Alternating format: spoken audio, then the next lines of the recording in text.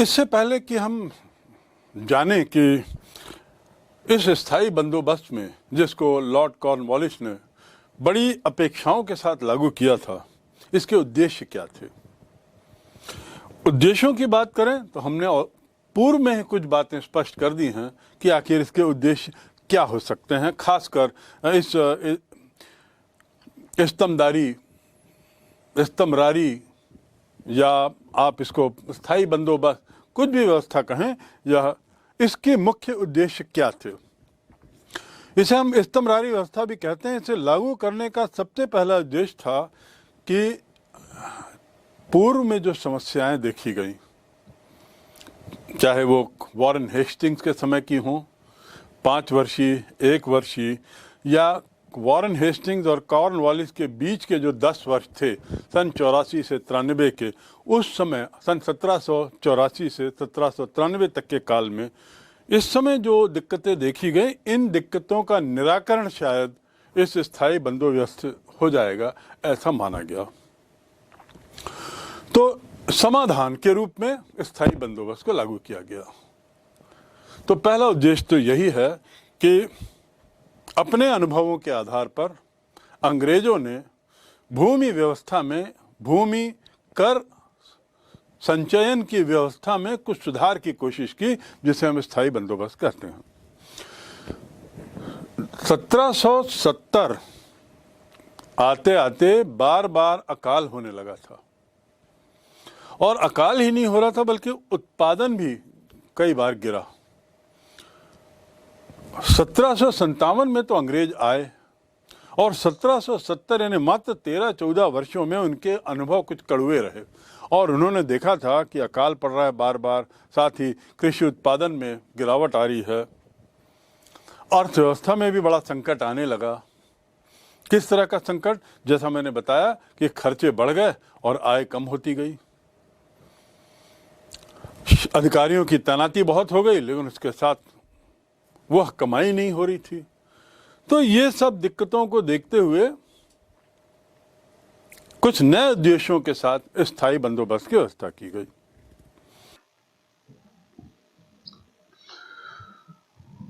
तीसरी बात, यदि हम बात करें कि स्थायी बंदोबस्त को लागू करने के जो उद्देश्य थे, क्यों ये लागू हुआ, तो उसमें यह है कि खेती, व्यापार और राजस्व संसाधनों के विकास के लिए कृषि में निवेश को प्रोत्साहित करना बहुत जरूरी था। ये अंग्रेजों ने समझ लिया था, क्योंकि भारत की अर्थव्यवस्था जो थी मूल रूप से कृषि केंद्रित थी। तो खेती, व्यापार और उसके साथ ही साथ राज्य के राजस्व संसाधनों का विकास, यानी राज्य के द्वारा कर का जो संकलन होता है उसमें भी विकास होता रहे। इसलिए कृषि में निवेश को कैसे हम प्रोत्साहित करें, कैसे हम कृषि के उत्पादन को बढ़ाएं जिससे राजस्व भी बढ़े, ये भी उन लोगों के लिए बहुत जरूरी था। और इस उद्देश्य की पूर्ति संपत्ति के अधिकारों को प्रदान करके और राजस्व की मांग को स्थायी रूप से निर्धारित करके ही की जा सकती थी। यानी जो भूमि संपत्ति थी उसके अधिकारियों को दिया जाए, किसी को उसके लिए अधिकृत कर दिया जाए, और शासन की जो राजस्व की मांग थी, कंपनी की जो राजस्व की मांग थी, उसको भी स्थायी रूप से निर्धारित करें। ये इसी प्रथा के तहत संभव था, इसलिए भी ये प्रथा लाई गई। चौथा कारण, ब्रिटिश प्रशासकों का विचार था कि राजस्व की मांग को स्थायी रूप से निर्धारित कर देने से कंपनी को भी फायदा होगा और जो उद्यम करता है, जो किसान है, उनको भी फायदा होगा। पूर्व निर्धारण उनकी इस प्रथा का एक बहुत महत्वपूर्ण अंग था, इसीलिए इसे स्थायी बंदोबस्त कहा गया, ताकि पूर्व निर्धारित कर दिया जाए, दोनों को मालूम हो जाए कि कितना राजस्व मिलेगा। इससे कंपनी को राजस्व की प्राप्ति नियमित रूप से होगी, जो अभी तक नहीं हो रही थी। उसमें बार बार उतार चढ़ाव होता था, और उतार चढ़ाव होने पर निश्चित रूप से जो बजट है, जो वार्षिक व्यवस्था है, वो चरमरा जाती थी।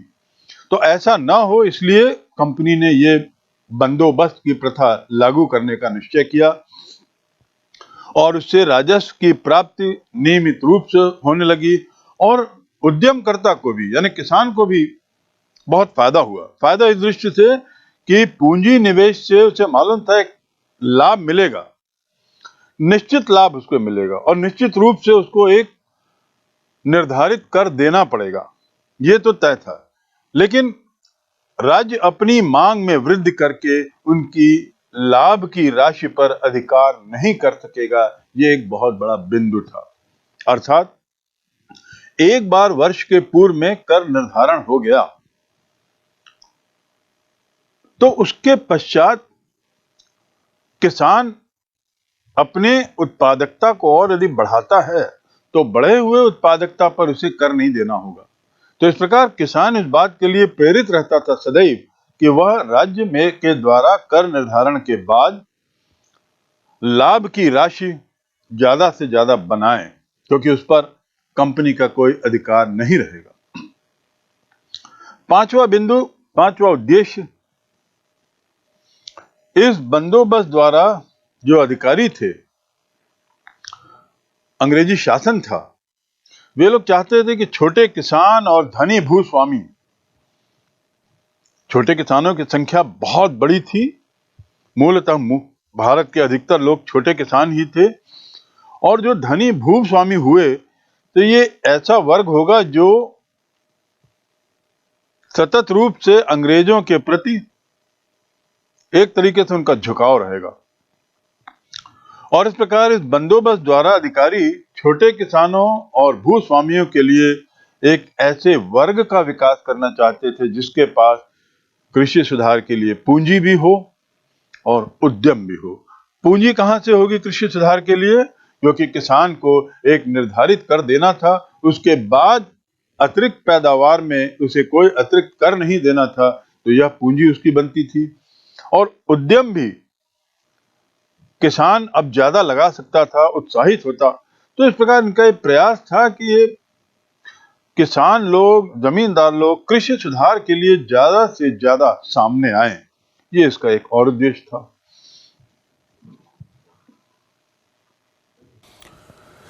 छठवां कारण जिसके कारण इस स्थायी बंदोबस्त को लागू किया गया वह था कि ब्रिटिश शासकों को ये उम्मीद थी कि इस स्थायी बंदोबस्त के माध्यम से जो नए किसान हैं, जो किसान हैं और जो धनी जमींदार वर्ग आया है, किसान और धनी जमींदार वर्ग, छोटे किसान और ऐसे धनी जमींदार जो अब भूस्वामी हो गए हैं, उन लोगों का झुकाव अंग्रेजों की ओर होगा, ऐसी उनको उम्मीद थी। यानी एक ऐसे ताकतवर वर्ग का संबल, ताकतवर वर्ग का सपोर्ट विदेश से आए हुए अंग्रेजों को मिलेगा जिनकी भारत में बहुत बड़ी संख्या थी और जो बहुत महत्वपूर्ण थे, आय की दृष्टि से भी महत्वपूर्ण थे और सामाजिक परिप्रेक्ष्य में भी जमींदार और किसान एक बहुत बड़ी संख्या बनते थे।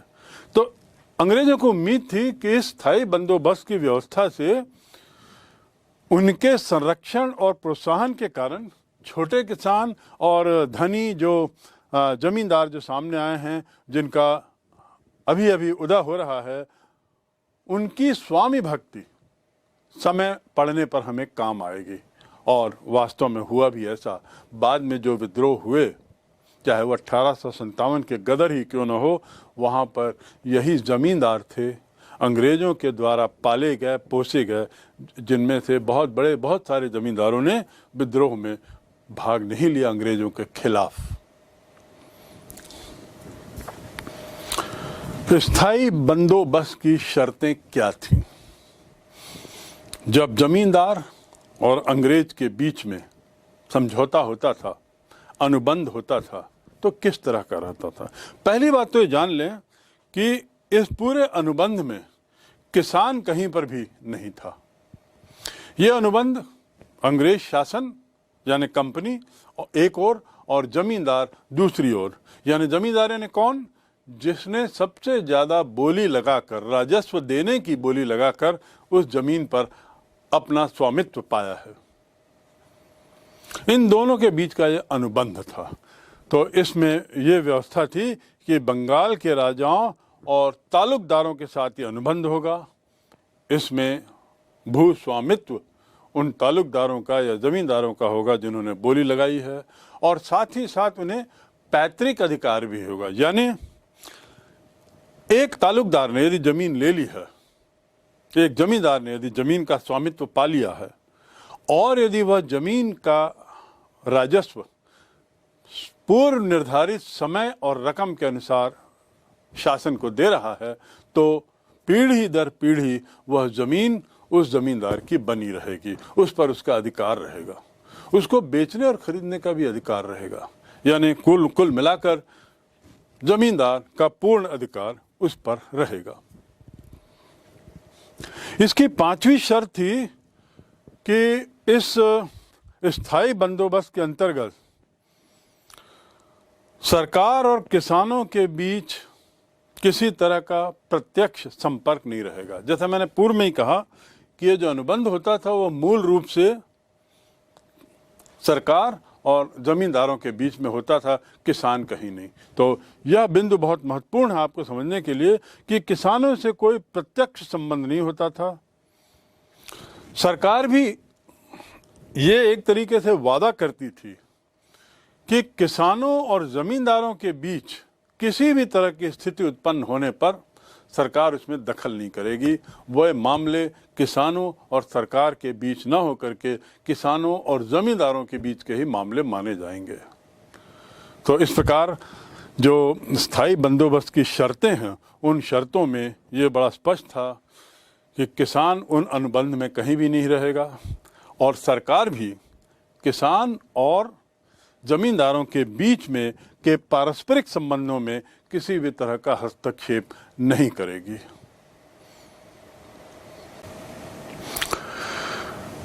जैसा मैंने पूर्व में बताया कि ब्रिटिश ईस्ट इंडिया कंपनी के आने से एक औपनिवेशिक अर्थव्यवस्था आई, और औपनिवेशिक अर्थव्यवस्था में साम्राज्य का या शासक का मूल उद्देश्य रहता है अधिकतम लाभ यहाँ के संसाधनों से लेना अपने क्षेत्र के लिए। इसी को ध्यान में रख के उन्होंने बंगाल पर कब्जा किया, और उसके बाद वहाँ के संसाधनों का दोहन प्रारंभ हुआ। इसमें सबसे महत्वपूर्ण जो क्षेत्र था, आर्थिक क्षेत्र, जिस पे व्यापार के अतिरिक्त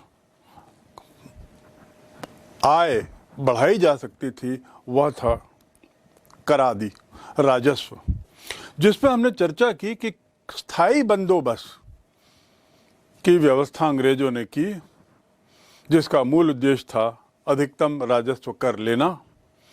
और स्थायी बंदोबस्त की व्यवस्था क्यों की, स्थायी बंदोबस्त क्या है, उसके उद्देश्य क्या हैं, क्या थे, ये हमने समझने की कोशिश की।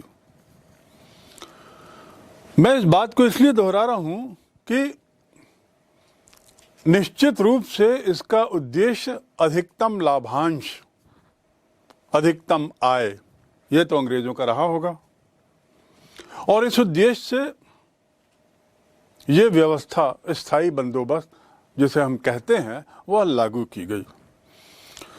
तो स्थायी बंदोबस्त के यदि हम गुण, अवगुण या लाभ हानि की बात करें, तो ऐसा लगता है कि निश्चित रूप से इसके फायदे ज़्यादा थे, इसके लाभ रहे होंगे और हानियां कम रही होंगी, क्योंकि अंग्रेजों ने इसे अपने लाभ के लिए लगाया था। तो थोड़ा एक नज़र हम डालते हैं, स्थायी बंदोबस्त के गुण क्या थे या उसके लाभ क्या थे।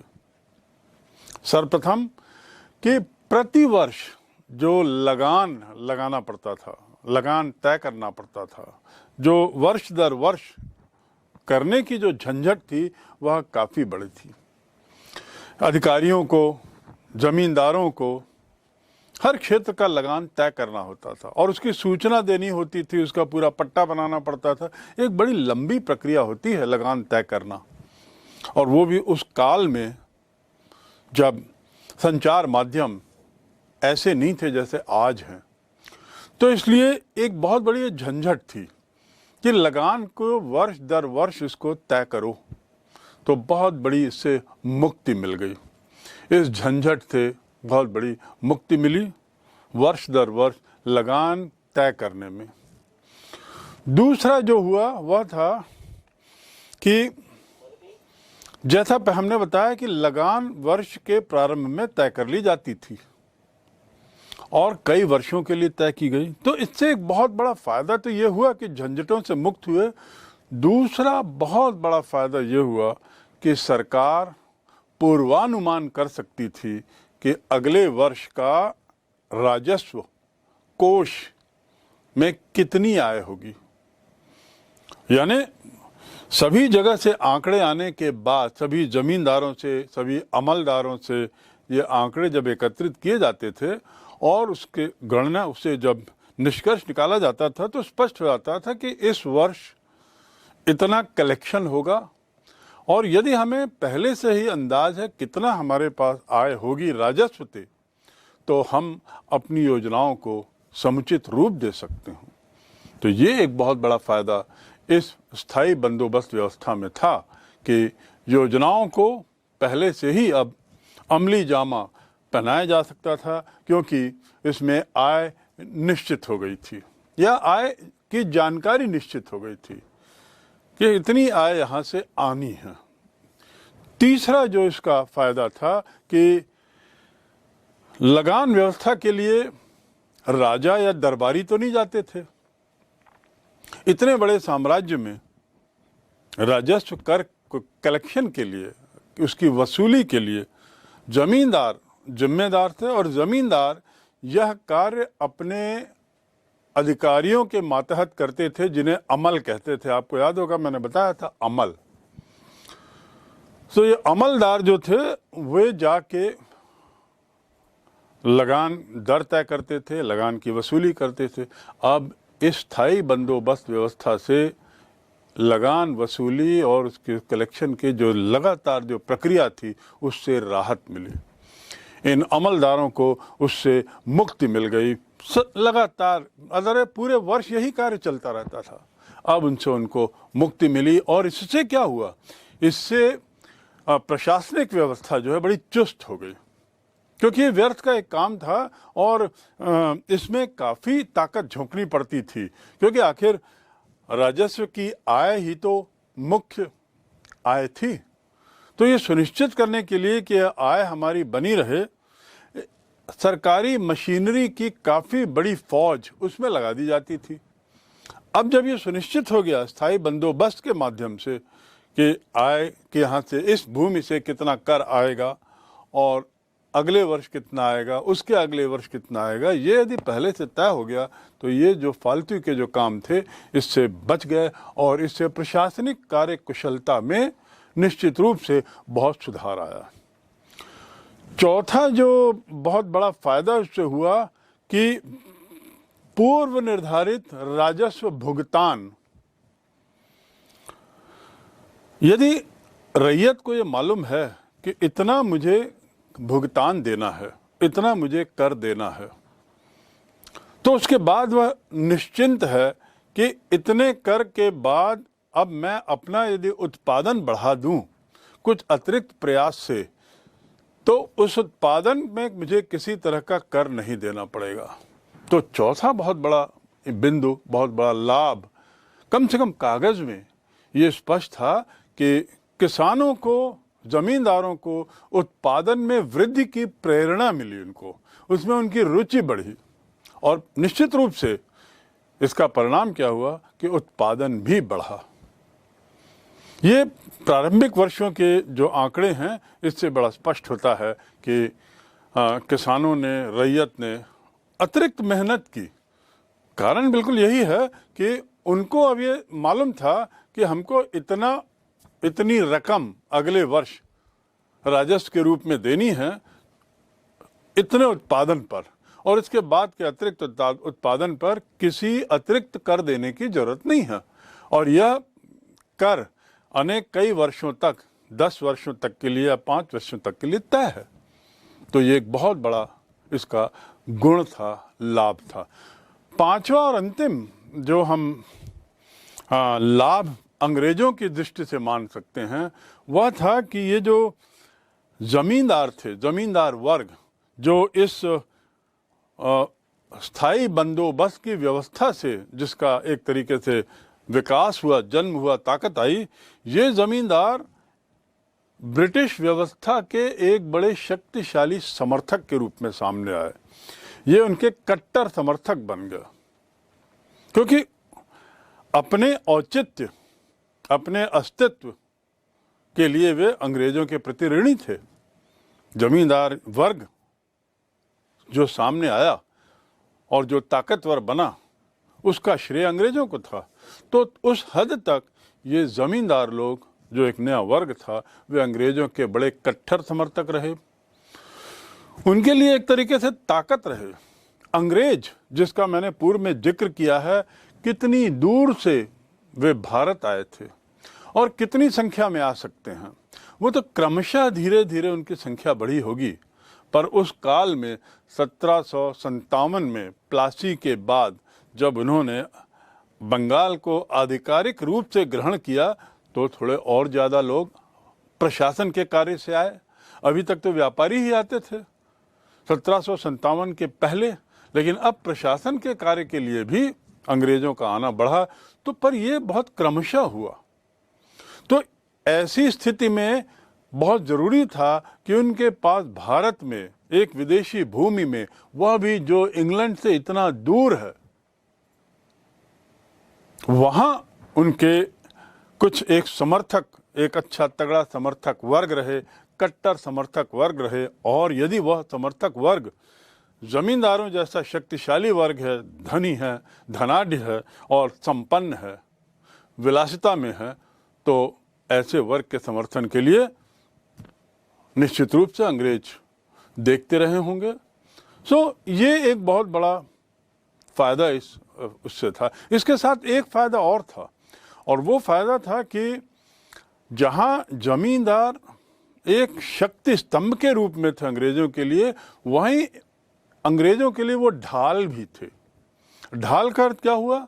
जब भी अंग्रेज़ों के खिलाफ किसी तरह का विद्रोह या किसी तरह की नाराज़गी या किसी तरह की है ना, ऐसी बात होती थी कि अंग्रेज़ों के खिलाफ कुछ आवाज़ उठने वाली है, तो ज़मींदारों को सामने कर दिया जाता था। वो एक तरह से ढाल का काम करते थे, और अंग्रेज़ों तक बात पहुंचने के पूर्व ही काफ़ी कुछ मामले अपने तरीके से ज़मींदार वहीं हल कर लेते थे।